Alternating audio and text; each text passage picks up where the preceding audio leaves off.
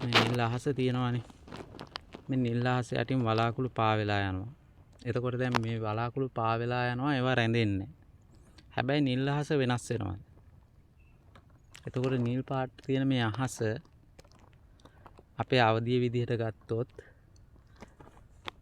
මේ පාතින් යන ඔක්කොම වලාකුළු ටික, කුණාටු, වැස්ස ඔක්කොම ටික සිදු වෙන්නේ ඊට ඇත්තටම ඒවා රැඳෙන්නේ නැහැ. ඒවා ඔක්කොම පහුවෙවි යනවා. හරියට අපේ සිතුවිලි වගේ. මේ වෙලාවෙත් එනවා. හැබැයි අර නිල් අහස වෙනස් වෙන්නේ නැහනේ. නිල් අහස වෙනස් වෙන්නේ නැහැ. වලාකුළු පායලා ගියාට, කුණාටු ඇති වුණාට නිල් අහස එහෙම තියෙනවා. ටිකක් හරි ක්ලියර් වෙනකොට අපිට නිල් අහස පේනවා. එතකොට අපේ අවදිය කියන එකත් එහෙමයි. එතකොට අපේ අවදිය වෙනස් වෙන්නේ නැහැ මොන දේ සිද්ධ වුණා. දැන් සිතුවිලි එනවා. හැබැයි අවදිය එහෙමමයි. මේ දැනගන්නවා කියන එක එහෙම්ම තියෙනවා.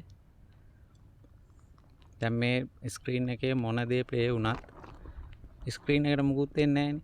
එතකොට අවදිය කියන ස්ක්‍රීන් එකට ඩැමේජ් එකක් වෙන්නේ නැහැ.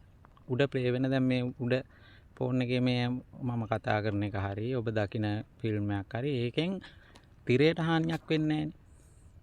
ඒ වගේ තමයි දැන් සිතුවිලි එනවා දුක එනවා සතුට එනවා ඔක්කොම එන හැඟීම් දැනීම් ඔක්කොම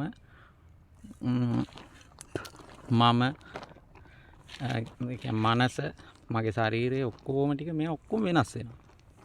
හැබැයි ඔක්කොම වෙනස් වෙන අතරේ අවදිය කියන එකට එහෙම්ම තියෙනවා. මේවා ඔක්කොම එක්ස්පීරියන්ස් කරනවා අවදිය කියන එක. අවදිය කියන එකට හානියක් වෙන්නේ නැහැ. අවදිය එහෙම්ම තියෙනවා. එතකොට අවදිය උඩ සටහන් වෙන හරියට මේ තිරේ උඩ සටහන් වෙන කතන්දරයක් වගේ තමයි අපේ ජීවිතේ. Thank you for watching.